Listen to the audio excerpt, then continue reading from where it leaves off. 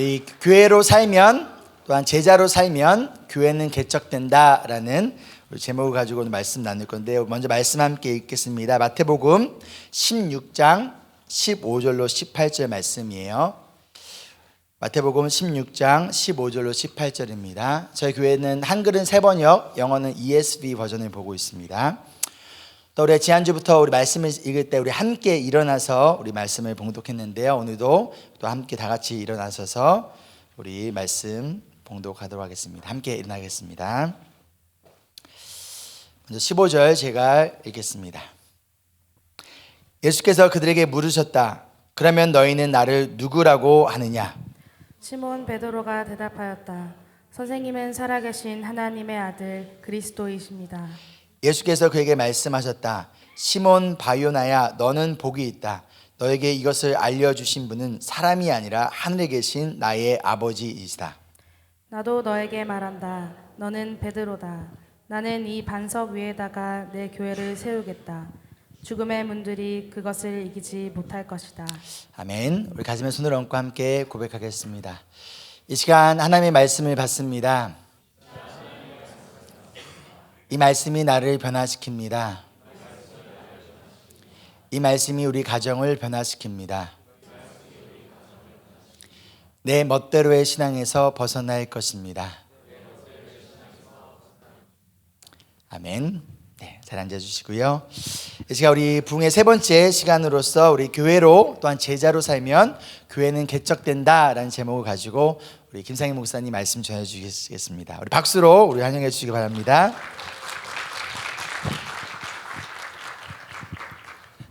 저희가 닮았나요?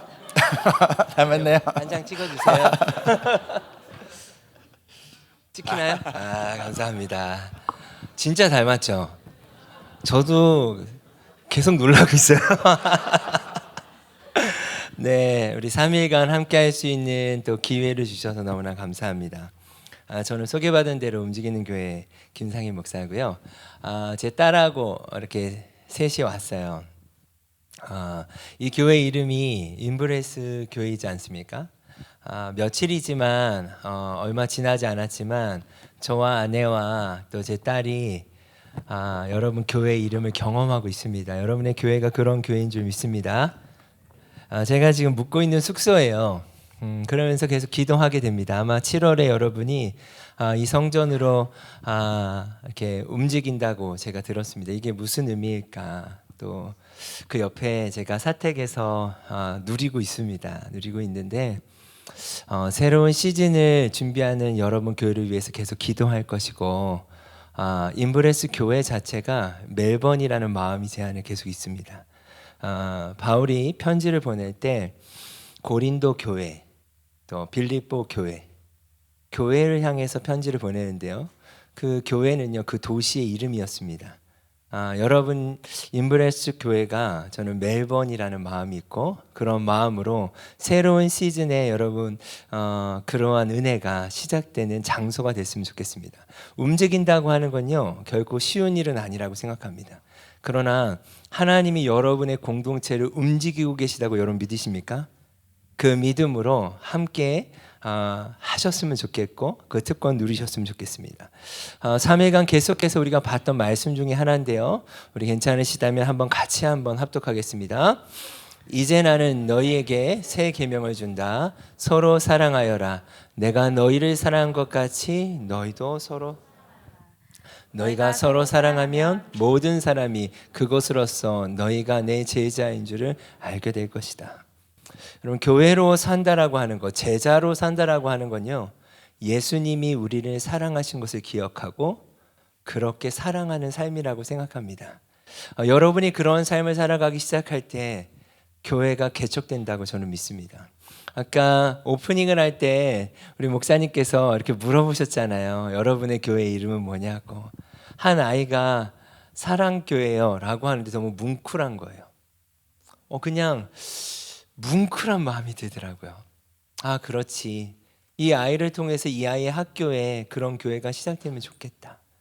사랑을 잘 알지 못하는 아이들이 이 아이의 고백처럼 그런 사랑교회가 되면 어떨까? 또 한 성도님이 좋은 교회요. 정말 좋은 교회를 원하고 있는 것들이 또 우리의 마음들이지 않겠습니까? 여러분 한 사람 한 사람이 그 복음과 본질을 붙잡고 여러분의 도시에서 캠퍼스와 일상과 가정과 여러분의 삶에서 그렇게 여러분이 교회로 살아간다면 여러분 기대가 되시나요?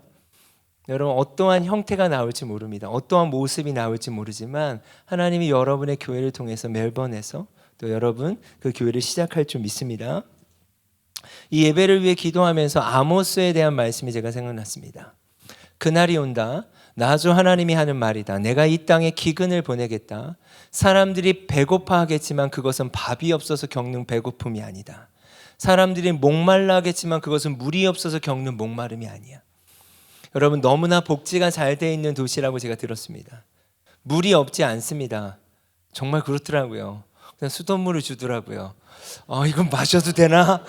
네, 물맛이 약간 이상했어요. 근데 이건 미네랄이 많은 거래요.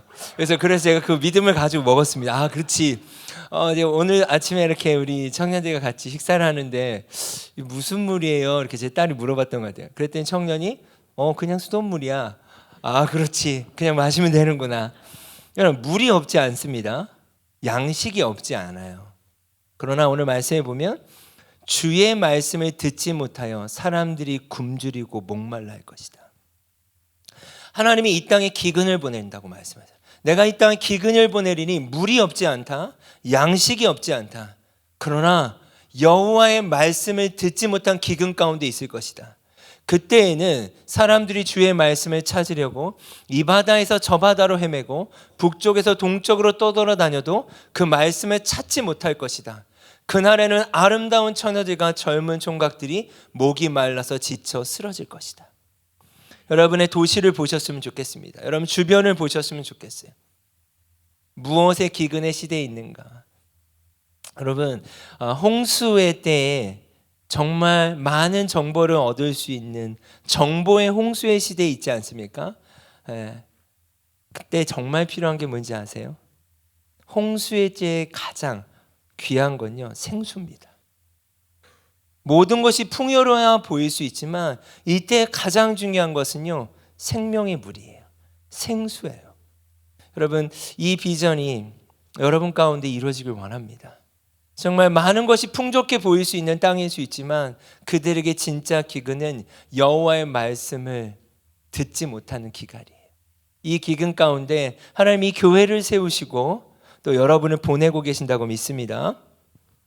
2장으로 넘어가면요 이 어려운 때, 이 기근의 때 하나님은요 예언자와 나실인들을 세우신다는 말씀이 있습니다. 근데 문제가 뭔가 이스라엘 자손아 사실이 그렇지 않느냐? 주님께서 하신 말씀이다. 그러나 너희는 나실 사람에게 포도주를 먹이고 예언하는 자에게 예언하지 말라고 명령하였다. 하나님이 이 기근의 때에 사람들을 세우신다는 약속이 있습니다. 여러분 한 사람 한 사람이 나실인이며 여러분 한 사람 한 사람이 예언자라고 믿습니다. 그런데 나실인과 예언자들이 타협하기 시작하는 거예요. 기근 가운데 여호와의 말씀을 듣지 못하고 쓰러지고 있는 젊은이들이 쓰러지고 영혼들이 쓰러지고 있는 이때 가운데 하나님은 당신의 종들을 세우신다는 약속을 하십니다.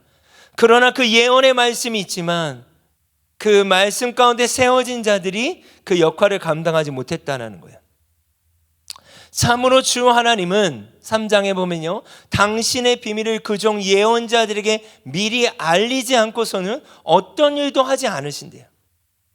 여러분 하나님께서는 미리 말씀하시는 분이십니다. 여러분 믿으십니까? 우리는 진리를 알고 있어요. 믿는 자와 예수님을 믿는 자와 믿지 않는 자의 차이가 무엇인지 아십니까?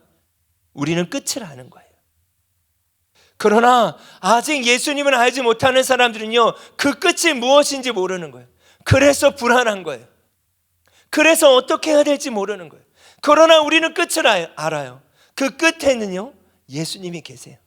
그 끝에는요 부활이 있습니다. 우리에게 말씀하셨어요. 우린 그 진리를 알고 있습니다. 그런데 5장으로 넘어가면요 이런 말씀이 있습니다. 그러므로 신중한 사람들이, 다른 번역엔요 지혜자다라고 되어 있어요. 이 지혜자가 누구를 의미하는가? 그 이 진리를, 3장의 이야기는 진리를 아는 자들이에요. 나실인과 예언자들이며 이 진리를 이미 경험한 자들이 입을 다물고 있다는 거예요. 그래서 때는 악하다라는 거예요. 여러분, 아직 저는 이 도시가 들어오지 않아요. 네. 사진을 찾다 보니까 이 비슷한 사진이 많더라고요. 멜번에. 무엇인가 이 멜번의 중요한 상징인지 그건 제가 잘 모르겠습니다. 저는 이런 질문을 여러분께 드리고 싶어요. 주님께서 여러분과 교회를 이 도시에 부르셨다라는 거예요. 여러분이 이 도시의 나시린이며 예언자이고 이미 그 비밀을 알고 있는 자들이라는 거예요. 이 도시에 무엇인가 굶주리지 않는 것 같지만 정말 굶주림 가운데 죽어가고 있는 수많은 영혼들이 있다는 사실입니다.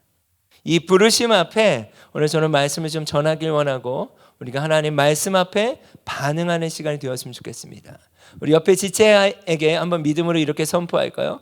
하나님이 당신을 이곳에 부르셨습니다. 네, 여러분, 하나님 여러분 부르셨습니다. 네. 그렇다면 하나님이 여러분을 부르셨다면, 저를 부르셨다면 여러분은 무엇을 구하고 있나요? 하나님이 부르셨다라는 걸 믿는다면 여러분은 무엇을 구하고 있습니까? 마가복음 10장 말씀을 좀 보겠습니다. 마가복음 10장에 말씀의 이 배경은요, 예수님께서 세 번째 제자들에게 말씀하시는 장면입니다. 예수님이 세 번째 내가 죽을 것이고 잡힐 것이고 부활할 것이라고 말씀하셨던 말씀의 배경을 가지고 있습니다. 그때요, 세베대의 아들인 야고보와 요한이 예수님께 다가와서 말합니다. 제가 지금 상황을 말씀드렸죠. 지금 상황은 예수님이 제자들에게 세 번째 말씀하시는 상황이에요. 나는 잡히게 될 것이다. 난 죽게 될 것이고 나는 부활하게 될 것이다. 이걸 세 번째 말씀하셨을 때예요. 그 이야기를 듣고 야고보와 요한이 예수님을 찾아옵니다. 따로 찾아와요. 선생님, 우리가 요구하는 것은 무엇인지 해주실 거죠? 여러분 한번 예수님을 상상해 보시겠습니까? 내가 죽을 거고 부활할 거다, 잡히게 될 거다 라는 말씀을 세 번째 하셨을 때예요. 이 말씀이 끝나고 나서 야고보와 요한이 따로 찾아와서 선생님, 내가 원하는 거 해줄 거죠? 예수님의 기대가 있지 않으실까요? 이 상황에 대한 기대. 그런데요, 예수님이 이런 질문을 하세요. 그래, 예수님께서 그들에게 말씀하셨어요. 너희는 내가 너희에게 무엇을 하여 주기를 원하느냐? 하나님이 여러분을 이곳에 부르셨죠. 여러분 믿으십니까? 여러분의 교회를 이곳에 세우셨어요. 여러분 믿으십니까? 여러분은 무엇을 구하시겠냐라는 거예요. 제자들은 너무 중요한 순간에 와 있습니다. 예수님이 이제 곧 잡히시기 직전이에요. 예수님, 제가 원하는 것을 해주실 거죠? 그래, 너가 원하는 것이 무엇인데? 뭐라고 대답하냐면요, 하나는 선생님의 오른쪽에 저를 앉혀주세요. 하나는 저를 왼쪽에 앉혀주세요. 이게 무슨 말일까요? 이 다음 구절로 가면 너희가 이 말이 무슨 말인지 도대체 이해를 못하는구나. 그리고요, 쭉 내려가면요, 41절에 열제자들이 이것을 알게 돼요. 자, 쉽게 이야기하면 어떤 얘기일까요? 야고보와 요한이 미리 따로 가서 예수님께 로비를 하고 있는 거예요. 예수님, 그날에 저 이쪽에 앉혀주실 거죠? 전 이쪽에 앉혀주실 거죠? 너희가 구하는 게 뭔지 너희는 모르는구나. 근데 이 사실을 남은 열제자들이 알게 된 거예요. 남은 10명의 제자들이 알게 되고 어떻게 해요? 싸우기 시작해요. 붕괴하였다. 이 말은 뭐예요? 싸우기 시작한 거예요. 싸움이 일어났어요. 지금 상황이 어떠한 상황입니까? 나는 곧 죽게 될 거야. 나는 잡히게 될 거야. 지금 이제 이런 일이 곧 일어날 거야 라고 예수님은 말씀하시는데 이들의 관심은 거기에 있지 않는 거예요. 싸움판이 되어버렸어요. 여러분, 예수님의 마음이 어떠실까요? 이 상황 가운데 예수님이 길을 떠나세요. 이 상황 가운데 예수님이 길을 떠나시다 한 마을에 잠시 멈추셨어요. 여러분, 이 말씀은요, 매우 중요한 말씀입니다. 왜냐하면 이 상황 가운데 주님이 제자들에게 잡히시기 전에 티칭하고 무엇인가를 꼭 가르치고 싶으셨던 부분이 있었던 거예요. 그들은 여리고로 갔다. 예수께서 제자들과 큰 무리와 함께 여리고를 떠나실 때 디메오의 아들 바디메오라는 눈먼 거지가 길가에 앉아 있었대요. 예수님께서 의도적으로 여리고로 가시다가 디메오라고 하는 눈먼 거지가 있는 그곳에 머무세요. 그곳을 지나가세요. 그때 나사렛 사람 예수가 지나가신다는 말을 듣고 바디메오가 어떻게 합니까? 이 거지가 다윗의 자손 예수님, 나를 불쌍히 여겨 주시옵소서 하고 외쳐요. 그랬더니 사람들이 조용히 하라고 막 꾸짖기 시작합니다. 그랬더니 어떻게 합니까? 더욱 큰 소리로 외쳤다. 다윗의 자손님, 나를 불쌍히 여기세요. 여러분, 이 소경이 된 바디메오는요, 나면서 소경된 자가 아니었어요. 말씀을 보면. 자, 여러분이 지금 저를 보고 계신데 갑자기 눈이 보이지 않게 된다면 얼마나 답답하겠습니까?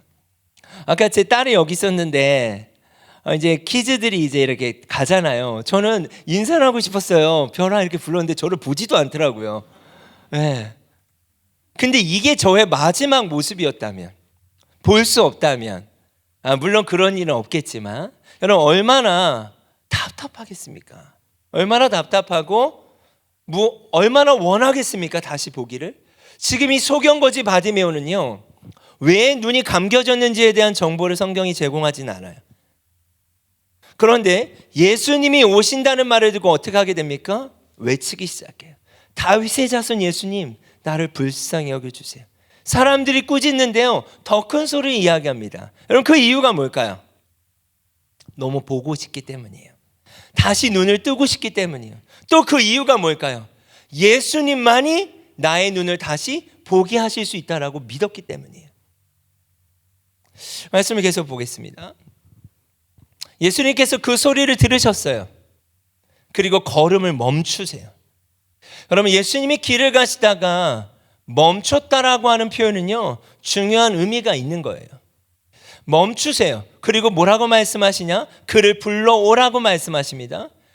그들은 그 눈먼 사람을 불러서 그에게 말을 해요. 용기를 내어 일어나시오. 예수께서 당신을 부르시오.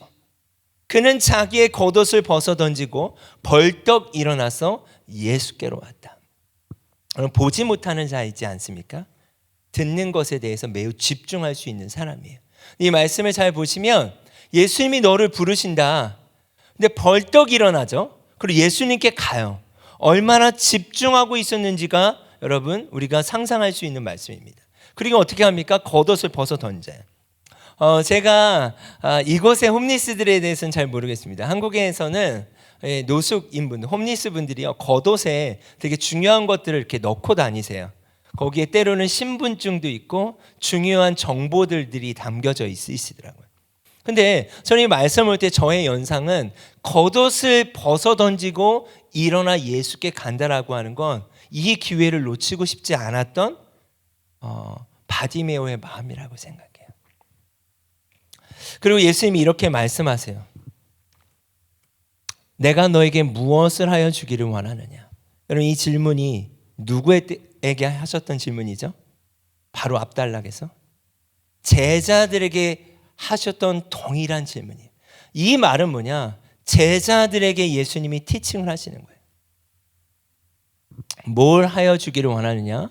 그 눈먼 사람이 예수님께 말합니다. 선생님, 내가 다시 볼 수 있게 해주세요. 이 말씀은 예수님이 제자들을 향해 하시는 말씀이에요. 너희가 눈이 감겨져 버렸구나. 진짜 너희에게 필요한 건 다시 보는 거야. 이 소경된 자가 다시 보게 해달라고 했던 이 대답이 너희의 대답이 돼야 돼. 주님이 이 부분을 제자들에게 말씀하고 계시는 장면이에요. 가거라, 내 믿음이 너를 구원하였다. 그러자 그 눈먼 사람은 곧 다시 보게 되었다. 그리고 그는 예수가 가시는 길을 따라 나섰다. 어느덧 제자들이 눈이 감겨져 버린 거예요. 예수님이 말씀을 하셔도 그 의미가 무엇인지 잘 깨달지 못하는 거예요. 여러분 혹시 예수님이 잘 느껴지시나요? 보이시긴 하나요? 제자들에게 주님이 원하셨던 거예요. 너희 눈이 다시 열렸으면 좋겠다. 너희가 다시 나를 보면 좋겠다. 이 질문이 저에게도 있다라고 저는 생각합니다. 이 지도는요, 이스라엘 지도입니다. 이렇게 지도를 보시면 지중해가 있고요. 이렇게 점점점점 되는 곳이 약속의 땅이에요. 그리고 애굽이죠. 애굽에 나일강이 있고요. 이집트, 애굽에서 출애굽을 하게 됩니다. 그래서 가나안 땅으로 들어가게 되고요.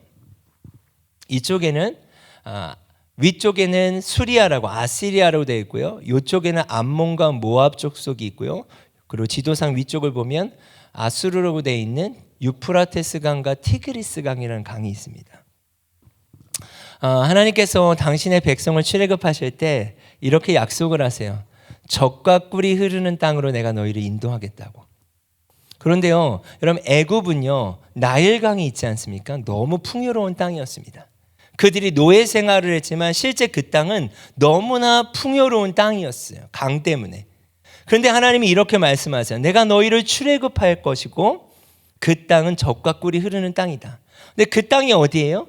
약속의 땅 가나안이었습니다. 근데 가나안 땅은요 신명기의 말씀을 보면 하늘에서 내리는 비를 흡수한대요. 이 표현은 어떠한 표현인가? 물이 저장될 수 없는 땅입니다. 그리고 일교차가 너무 심하고요. 땅이 너무 건조해요. 그래서 성경을 보시면 이른 비와 늦은 비라는 표현이 나옵니다. 이른 비가 내려져서 촉촉해지지 않으면 씨를 심을 수가 없고요. 일교차가 심하니까 이슬이 맺힙니다. 그 새벽 이슬로 작물이 유지되는 거예요. 또 하나님이 늦은 비를 내려주시지 않으면요 추수를 할 수가 없어요. 물이 저장되지 않아요. 근데 하나님이 약속의 땅으로 그들을 보냈는데요 사방이 다 막혀 있어요. 지중해는요 성경에 항구가 될 수 없는 땅이었고 요나가 한 번 배 타고 떠난 사건이 있어요. 자, 위쪽에는요 강대국 아시리아가 있습니다. 밑에는 애굽이 있어요. 이쪽에는 암몬 족속과 모압 족속이 있어요. 한마디로 이야기하면요 사방이 다 막혀져 있습니다. 사방이 다 막혀져 있는데 하나님은 이곳이 젖과 꿀이 흐르는 땅이래요. 물이 저장되지도 않아요. 여러분 근데 어디만 열려 있습니까? 하늘만 열려 있는 거예요. 하나님이 젖과 꿀이 흐르는 땅이라고 말씀하신 이유는 너희가 나만 바라보라는 거예요. 내가 비를 내릴 것이고 내가 너를 책임지겠다라는 말씀이셨어요. 그런데요 예레미야 2장으로 넘어가면 하나님이 이런 말씀을 하세요. 제가 언젠가 이 말씀을 보다가 참 마음이 아팠어요. 우리 같이 한번 이 말씀을 합독하겠습니다. 시작. 살렘 사람들이 들을 수 있게 이렇게 외쳐라. 나 주가 말한다. 내가 젊은 시절에 얼마나 나에게 성실하였는지, 내가 신부 시절에 얼마나 나를 사랑하였는지, 저 광야에서 씨를 뿌리지 못하는 저 땅에서 내가 어떻게 나를 따랐는지 내가 잘 기억하고 있다. 주님이 기억하고 계시대요. 근데 이게 너무 마음이 아팠어요. 지금은 그렇지 않다라는 거예요. 하나님이 약속의 땅이라고 그들을 보내셨습니다. 근데 그 약속의 땅은요 하나님 입장에서는 신혼과 같은 거였어요. 광야 40년 동안 하나님은요 만나와 메추라기로 그들과 함께 하셨습니다. 그런데요 여전히 이스라엘이 원했던 건 기적이었어요. 그래서 하나님은 출애굽 1세대가 약속의 땅에 들어가지 못했고 출애굽 2세대를 통해서 하나님이 원하셨던 건 뭐냐? 내가 기적을 베풀고 너와 함께 했는데 그게 바로 나야. 나하고 함께 하자. 내가 너와 함께 하길 원해. 하나님 안에 있을 때만 젖과 꿀이 흐르는 땅이었던 거예요. 그런데 주님이 이렇게 저에게 말씀하시는 것 같았어요. 내가 젊은 시절에 얼마나 나에게 성실했는지. 다른 번역엔 이렇게 되어 있습니다. 너희 청년의 때의 인애, 성실함. 내가 신부 시절에, 신혼이라는 표현이죠. 너가 신혼의 때에는 얼마나 나를 사랑했는지. 근데 그때가 언제인가? 저 광야에서 씨를 뿌리지 못하는 저 땅에서 너가 나를 그렇게 사랑했어. 그런데 지금은 그렇지 않구나. 이스라엘이 붙잡고 있었던 두 가지가 있었습니다. 그건 무엇이었는가? 성전이었어요. 두 번째는 무엇인가? 하나님이 우리를 선택하셨다라는 거였어요. 하나님이 우리를 선택하셨어. 우리가 가지고 있는 성전은 무너지지 않아. 이것에 빠져서 그들의 삶은 엉망이었던 거예요. 하나님은 선지자들을 통해 말씀하셨어요. 너희의 삶을 돌아보라고. 그때마다 이들은 이렇게 얘기해요. 우리에게 성전이 있다고. 하나님이 우리를 특별히 사랑하셔서 선택하셨다고. 그래서 하나님은 결정을 하십니다. 어떤 결정을요? 성전을 무너뜨리셨어요. 또 어떤 결정을 합니까? 그들의 포로로 끌려가게 하십니다. 그게 아버지의 마음이었던 거예요. 13절로 내려가면요, 이것에 대해 정확히 말씀하세요. 너희가 두 가지 악을 저질렀다. 그 두 가지 악은 생수의 근원인 나를 버린 것과 또 하나는 전혀 물이 고이지 않는 물이 새는 웅덩이를 파서 그것을 샘으로 삼은 것이다. 생수의 근원이 누구십니까? 하나님이셨어요. 사방이 막혀 있었지만 하나님이 정말 원하셨던 것은 하나님 당신을 의지하는 거였어요. 씨 뿌리지 못하는 땅, 그 광야에서 너가 나만을 의지했던 것처럼, 내가 아니면 안 된다고 너가 나를 의지했던 것처럼 주님은 그걸 원하셨어요. 근데 어느덧 그들이 악을 행하기 시작했어요. 하나님이 생수의 근원된 하나님을 버려요. 스스로 나는 할 수 있다고 이야기해요. 그러나 주님은 말씀하세요. 이 웅덩이는 터져버릴 것이라고. 그들의 발걸음이 어디로 가는지 아십니까? 이제 내가 시올의 강물을 마시라고 이집트로 간대요. 아까 보셨죠? 나일강이 밑에 있었어요. 그리고 이제 유프라테스 강을 마시려고 아시리아로 간대요. 위에 강이 있어요. 이 말은 뭘까요? 생수의 근원된 하나님을 버리고 눈에 보이는 대로 살기 시작하는 거예요.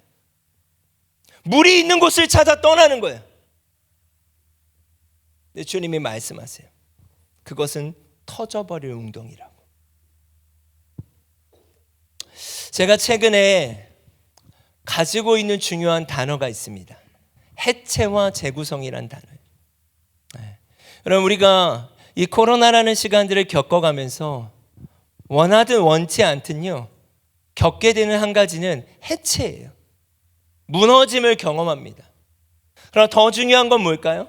이 해체의 시간 가운데 다시 한번 본질과 하나님의 말씀 안에서 다시 재구성을 할 수 있는 능력을 키우는 거라고 믿습니다. 그것이 바로 지속 가능해지는 거예요. 우리의 삶에 내가 시올의 물을 마시려고 애굽을 가고 또 아수르로 올라가고 생수의 근원된 하나님을 버렸다는 게요, 눈에 보이지 않아요. 늘 우리가 예배하고 하나님을 찬양할 수 있어요. 그러나 나의 삶에서 생수의 근원된 하나님을 붙잡기보다 당장 눈에 보이는 대로 살 수 있다는 거예요. 왜요? 제자들은 눈이 감겨버린 거예요. 예수님은 죽으신다고 말씀하시고 부활하신다고 말씀하시는데 몰래 와서 로비나 하고 있는 거예요. 저 이쪽 자리에 앉혀주세요. 저 이쪽 자리에 앉혀주세요. 남은 열제자들은 그걸 가지고 싸우고 있어요. 왜 너희만 몰래 가서 로비하고 있는 거야? 예수님의 마음이 미치겠는 거예요. 이 소경 거지 바디메오를 봐라. 너에게 있어서 내가 어떻게 해주면 좋겠니? 저 다시 보길 원해요. 저 다시 보길 원해요. 다시 신혼의 때의 사랑으로 돌아가길 원해요. 다시 청년의 때의 그 성실함으로 돌아가길 원해요. 여러분, 생수의 근원된 하나님을 버렸다니까 안타까울 수 있어요. 그러나 우리의 삶에 혹 여러분의 발걸음이 어딜 향하고 있냐는 거예요. 주님은 그걸 말씀하고 계시는 거예요. 이 그림은요, 여러분 잘 아시는 말씀이에요. 그러므로 내 말을 듣고 그대로 행하는 사람은 반석 위에다 자기 집을 지은 슬기로운 사람과 같다고 할 것이다. 비가 내리고 홍수가 나고 바람이 불어서 그 집에 들이닥치지만 무너지지 않았다. 그 집을 반석 위에 세웠기 때문이다. 여러분, 그러나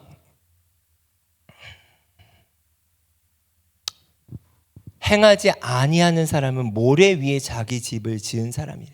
어리석은 사람이래. 비가 내리고 홍수가 나고 바람이 불어서 그 집에 들이치니 무너져 버리고 그리고 그 무너짐이 엄청났다는 거예요. 우리의 삶의 무너짐들을 경험한 순간들이 있을 수 있습니다. 그보다 더 중요한 건 무엇이죠? 다시 생수의 근원된 하나님을 붙잡는 거예요. 다시 재구성하는 거예요. 다시 말씀으로부터 시작하는 거예요. 내 가고 있는 생수의 근원된 하나님을 버리고 스스로 웅덩이를 파고 있는 나의 걸음과 손을 멈추고 다시 소경 거지 바디메오처럼 다윗의 자손 예수님, 나를 불쌍히 여겨주세요.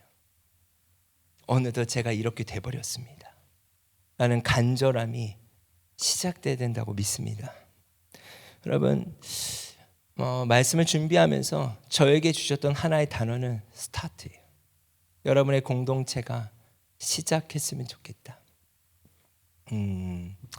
저 개인적인 얘기를 잠깐 하면, 저 개인에게, 아내와 저에게 있어서 어제 오늘은 되게 중요한 날이었습니다. 저는 홍대에서 교회를 시작했고 첫 예배가 6월 3일이었어요. 네. 저는 이제 김포에서 두 번째 교회 개척을 하고 있고 작년 2월 말에 했습니다. 그래서 저희에게 있어서 교회를 개척한 기념일이었어요. 하나님 여기서 말씀을 전하게 하시고 어떤 의미일까? 저에게도 주시는 말씀이라는 믿음을 가지고 또 여러분 공동체에게 말씀을 나누고 있습니다. 시작. 다시 시작하고 싶다. 다시 시작이라고 하는 건 뭘까요? 주님으로부터 시작하고 싶다. 생수의 근원된 주님을 붙잡고 시작하고 싶다. 외치고 싶다. 다윗의 자손 예수님, 날 좀 불쌍히 여겨달라고.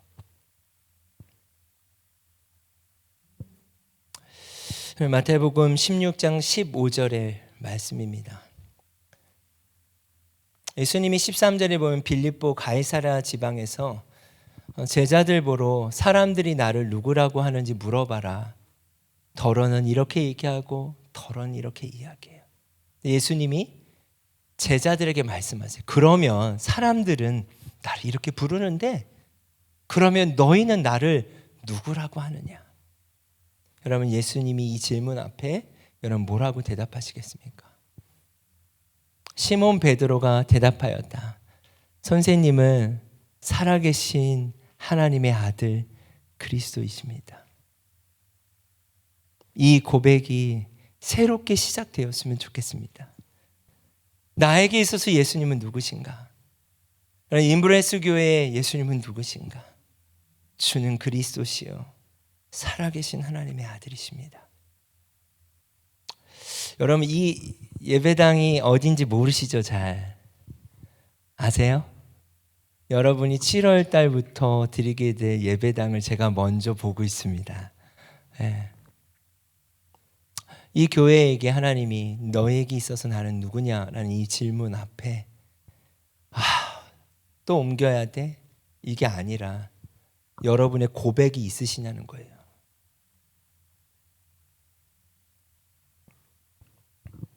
주님은 이 고백을 듣길 원하세요.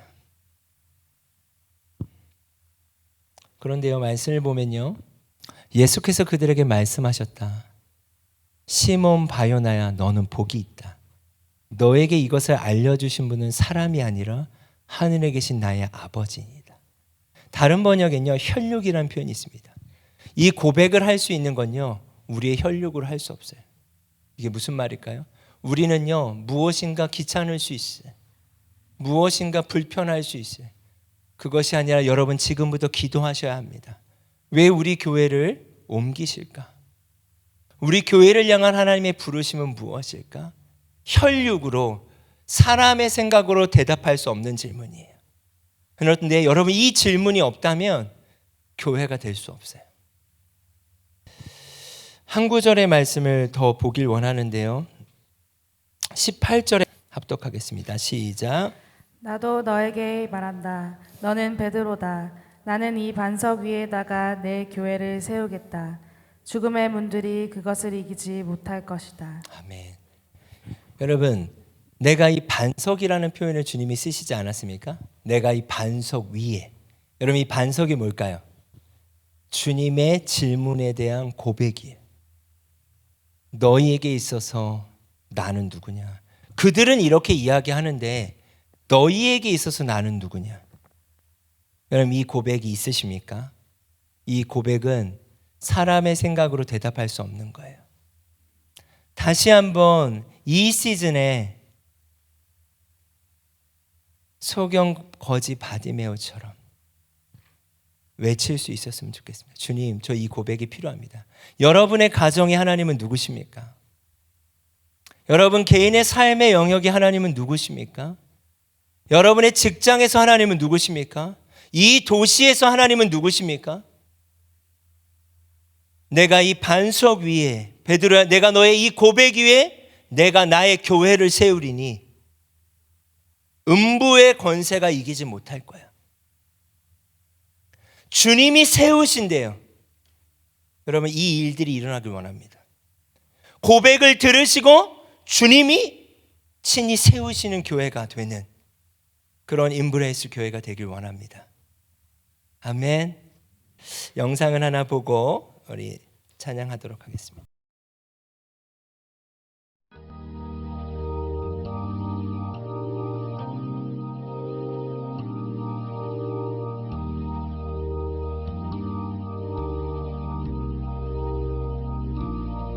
When you try your best but you don't succeed,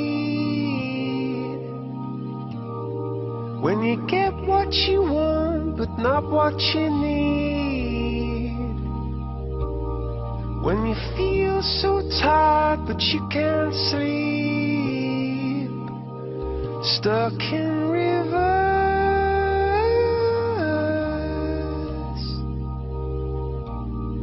and the tears come streaming down your face, when you lose something you can't replace, when you love someone but it goes to waste, could it be worse?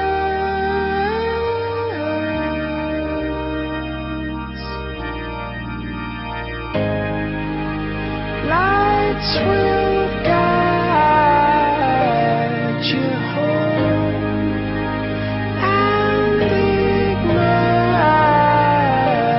your bones, and I will try to fix you.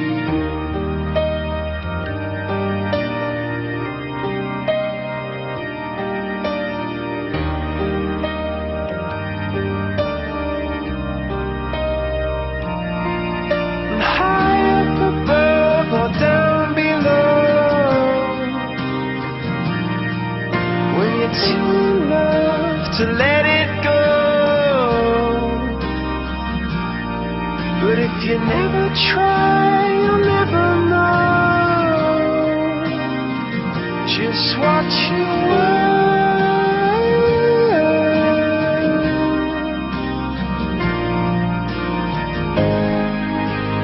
Lights will guide you home and ignite your bones, and I will try to fix you.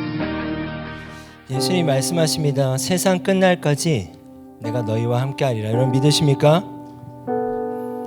여러분 이 그림을 보시면 갈라져 있는 땅이에요. 여러분의 도시일 수 있고 여러분의 가정일 수 있어요.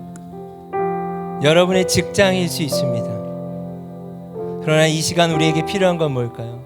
주님, 생수의 그런 대신 주님이 필요합니다. 다른 어떤 것이 아니라 예수님이 필요합니다. 근데 잘 안 돼요, 주님.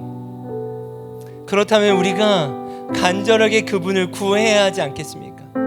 다윗의 자손 예수님, 저를 좀 불쌍히 여겨주세요. 청년의 때의 인애와 신혼의 때의 그 사랑, 씨 뿌리지 못하는 그곳에 주님이 늘 저와 함께 하셨다는 고백으로 살았는데 어느덧 제 걸음이 다른 데를 향해 가고 있습니다. 주님, 불쌍히 여겨주세요. 이 간절함이 여러분 공동체의 시작점이 되었으면 좋겠습니다. 그때 우리가 고백할 수 있어요. 여러분, 여러분의 삶이 결코 쉽다라는 말이 아니겠죠. 제가 어찌 알겠습니까? 그러나 너희에게 있어서 내가 누구냐, 너희는 나를 누구라고 하느냐라고 할 때 여러분 가정에서, 직장에서, 캠퍼스에서 이 공동체가, 이 도시가 고백할 수 있는 여러분의 고백이 있길 원합니다. 주님은 약속하셨어요. 이 고백은 혈육으로 할 수 있는 게 아니라고, 사람의 생각으로 할 수 있는 게 아니라고. 여러분, 우리의 생각으로 어떻게 가정에서 고백하겠습니까? 직장에서 고백할 수 있겠습니까? 이 도시에서 고백할 수 있겠냐고요. 주님이 도우심이 필요해요. 그런데 주님은 이 고백을 받으시고 내가 이 고백 위에, 반석 위에 내 교회를 내가 세울 거예요. 이것이 여러분의 인생이요, 삶이길 원합니다. 그렇게 세워진 삶은요, 무너지지 않아요. 모래 위에 지은 집이 아니잖아요. 결코 무너지지 않습니다. 마지막 때까지 교회가 영원할 수 있는 이유가 바로 이 말씀이에요. 내가 이 반석 위에 나의 교회를 세우리니 음부의 권세가 이기지 못하리라. 이 교회가 여러분의 교회며 여러분의 가정이며 여러분의 직장이 될 때 지속 가능하며, 아니 영원한 교회가 될 줄 믿습니다. 아멘. 여러분, 그렇게 여러분이 부르심이 있어요. 이 교회에 부르심이 있어요. 한 사람 한 사람이 그러한 교회로, 제자로 살아갈 때 여러분, 이 광야에서 한 번도 피지 못했던 꽃이 필 것입니다. 이건 실제 사진이에요. 미국 콜로라도 사막에 알 수 없는 기상이변 현상으로 폭우가 쏟아졌고요, 한 번도 피지 않은 꽃들이 이렇게 피어나게 돼요. 멜번에서 여러분의 가정과 직장과 캠퍼스와 이 도시에서 여러분 하나의 미랄이 되고 우리가 썩어지기 시작하고, 주님 쉽지 않지만 너에게 있어서 나는 누구냐? 주는 그리스도십니다. 살아계신 하나님의 아들이십니다. 주님은 이 도시의 주인이십니다. 주님은 우리 가정의 하나님이십니다. 주님은 나의 삶의 생수의 근원이십니다. 이 고백을 통해서 그리스도의 계절이, 이 꽃들이 피어날 줄 믿습니다. 아멘. 저를 한번 따라해 볼까요? 교회로 살면, 제자로 살면 교회는 개척된다. 여러분 한 분 한 분들이 저는 씨앗이라고 생각해요. 생명력 있는 씨앗. 여러분 상상하고 기대하셨으면 좋겠어요. 겨자씨와 같아도 괜찮아요. 씨는 원래 작아요. 근데 중요한 건 뭔지 아십니까? 이 씨가 어떠한 나무가 될지는 주님만 아세요. 그걸 믿으세요. 여러분의 교회가, 저는 움직이는 교회로서 그 믿음을 가지고 이 고백을 주님께 올려드리며 삶을 살아갈 때 어떠한 나무가 될지, 어떠한 인브레이스 처치가 될지, 여러분의 가정이 될지 주님이 보고 계시고 알고 계세요. 그것이 바로 개척될 여러분의 교회의 믿음이며 소망이며 여러분의 삶의 모습이 될 거라고 믿습니다. 그것이 소망 되시는 분들은 이 일을 시작하실 수 있었으면 좋겠습니다. 3일간 여러분과 말씀을 나누고 함께 할 수 있었던 건 저에게 놀라운 축복이라고 생각됩니다.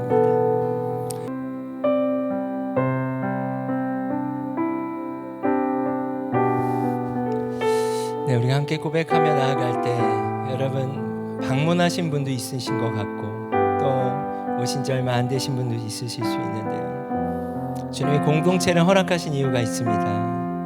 그러니까 영상에서 봤듯이 우리가 그 길을 걸어가다 보면요, 의도치 않은 힘듦을 만날 수 있어요. 그러나 아버지가 그 펜스를 넘어서 오잖아요. 그냥 지켜볼 수 없듯이 그렇게 끝까지 경주를 맞추는 거 예수님의 약속이지 않을까요? 여러분 서로에게 여러분의 공동체가 주님 다시 오실 때까지 그럴 수 있기를 간절히 소망합니다. 우리 같이 한번 찬양하며 나아갈까요? 예수 하나님의 공의.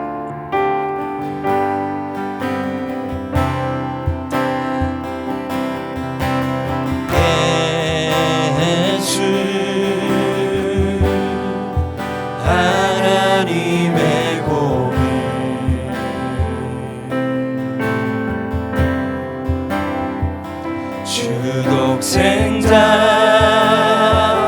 그의 나라 임하심에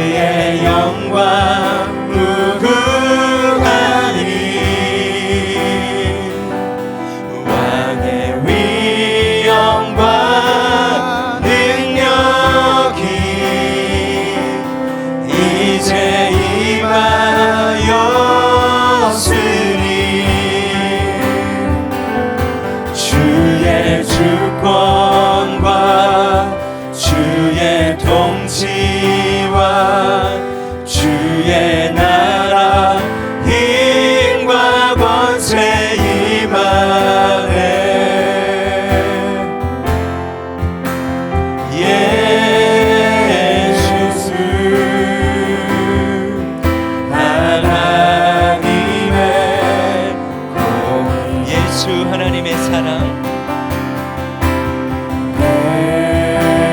예수 하나님의 사랑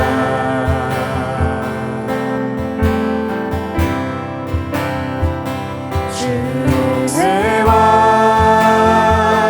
말씀으로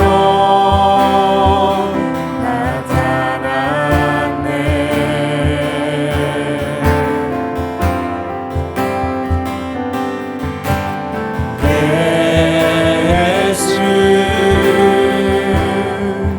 거룩한 하나님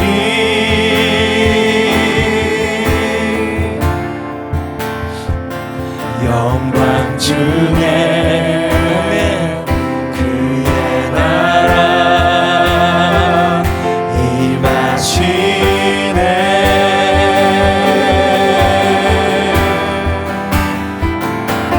주의 나라 영원하며 그의 영광 무궁하니 왕의 위엄과 능력이 이제 임하였으니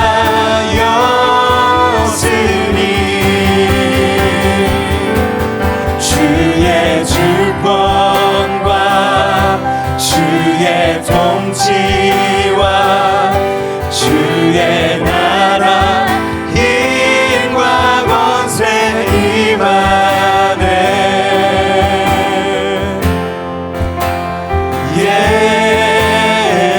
예수 하나님의 복이 여러분 다시 한번 이 찬양을 고백할 때 여러분 아까 적용하셨던 질문들을 기억하셨으면 좋겠어요. 내가 너에게 뭘 해줬으면 좋겠니? 너에게 있어서 나는 누구니? 여러분 상황을 생각하면 결코 쉽지 않은 질문일 수 있지만 이 시간 예배 가운데 부어주시는 공동체에 임하시는 하나님이 있다고 믿습니다.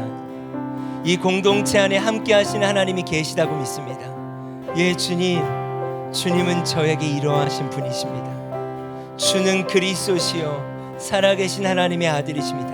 나의 가정에서, 직장에서, 이 도시에서 그럼 이 고백을 가지고 우리 한번 일어났으면 좋겠습니다. 여러분 이 믿음이 우리 안에 시작되길 원합니다.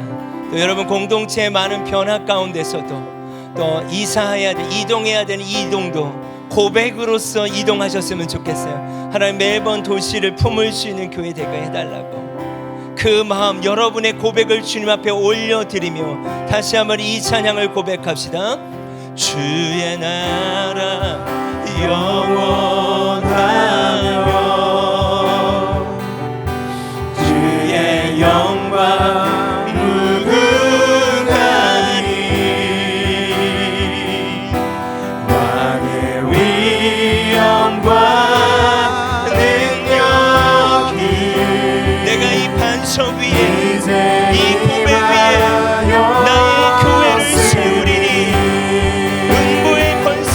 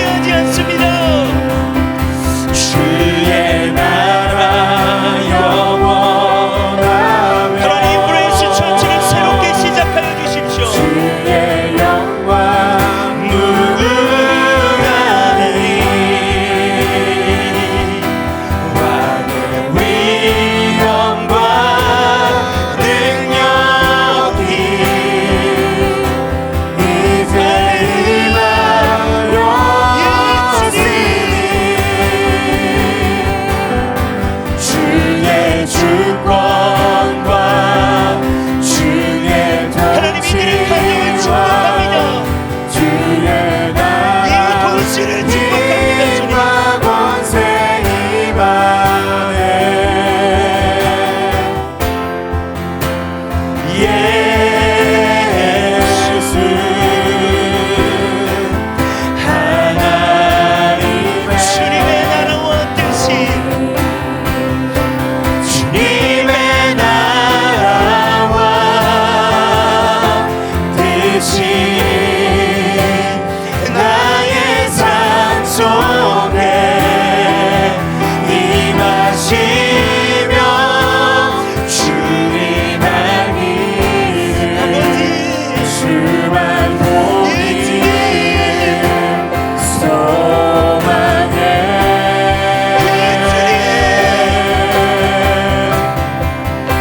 거룩히 살아가 힘과 두려움 없는 믿음 주신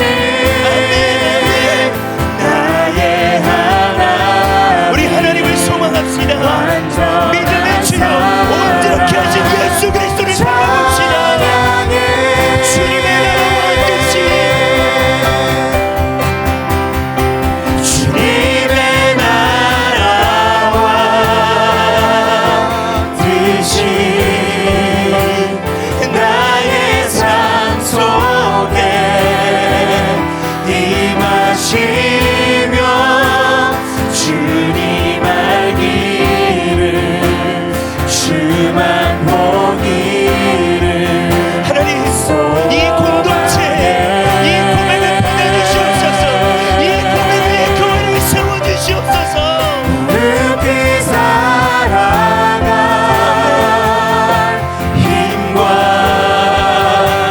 두려움 없는 믿음 주신 나의 하나님 완전한 사랑 교회여 주님을 찬양할지어다. 찬양할지어다. 찬양하리 만군의 주 영원히 함께 하시네. 정비하신 사랑의 왕 영원히 우리 주님의 이름을 높여드립시다. 찬양하리 주님 마음껏 찬양을 받아주시지. 만군의 주 우리 찬양받기 합당하신 주님 만물한 주님의 이름을 찬양할지어다. 정비하신 사랑의 왕 영원히 우리 여러분의 목소리로 고백할까요? 주님의 나라와 주님의 나라와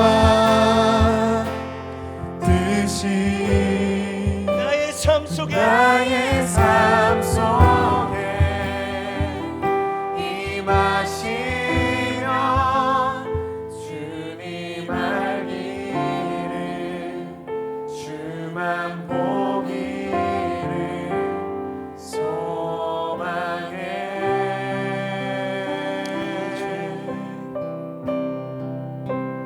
거룩히 살아가 힘과 두려움 없는 믿음 주신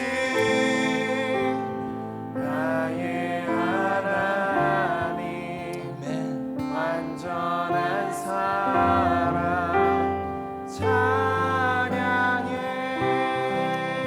여러분 이 믿음과 이 마음을 가지고 이 시간 함께 기도했으면 좋겠습니다. 하나님 나를 불쌍히 여겨주세요. 다윗의 자손 예수님 나를 불쌍히 여겨주세요. 생수의 근원된 주님을 다시 붙잡게 해주세요. 그 주님을 고백하게 해주세요. 다른 어떤 것이 내 삶을 유지할 수 없습니다. 모래 위에 지은 집은 무너집니다. 주님 반석 위에 이 고백 위에 인브레스 처치와 여러분의 삶이 놓여져 있을 수 있도록 여러분 주님 앞에 돌이켜야 될 영역들이 있다면 돌이키며 다시 한번 주님 앞에 서는 시간이 있길 원합니다. 이 마음을 가지고 주님이 주신 마음을 가지고 이 시간 한번 같이 기도하며 나아가겠습니다. 기도하겠습니다.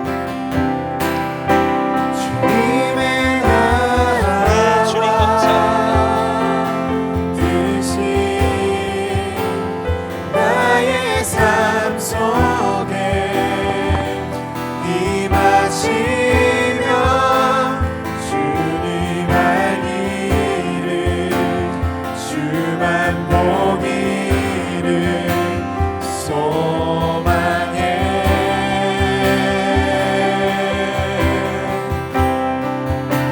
거룩히 살아가 힘과 두려움 없는 믿음 주신 나의 하나님 완전한 사랑 찬양해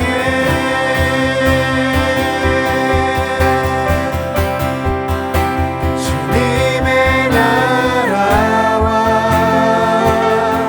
뜻이 나의 삶 속에 임하시며 주님 알기를 주만 보기를 소망해